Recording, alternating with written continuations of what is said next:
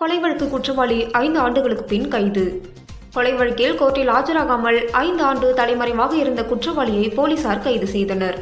அரியாங்குப்பத்தில் கடந்த 2019ஆம் ஆண்டு பாண்டியன் என்பவர் கொலை செய்யப்பட்டார். இந்த கொலை வழக்கில் அரியாங்குப்பம் மாஞ்சாலை பகுதியைச் சேர்ந்த கிருஷ்ணன் என்பவர் 2வது குற்றவாளியாக கைது செய்யப்பட்டு சிறையில் அடைக்கப்பட்டார்.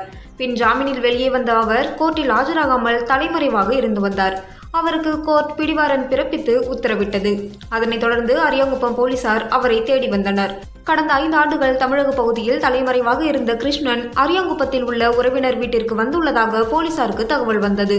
அதையடுத்து இன்ஸ்பெக்டர் முருகானந்தம் மற்றும் போலீசார் நேற்று முன்தினம் அவரை கைது செய்து கோர்ட்டில் ஆஜர்படுத்தி காலாப்பட்டு மத்திய சிறையில் அடைத்தனர்.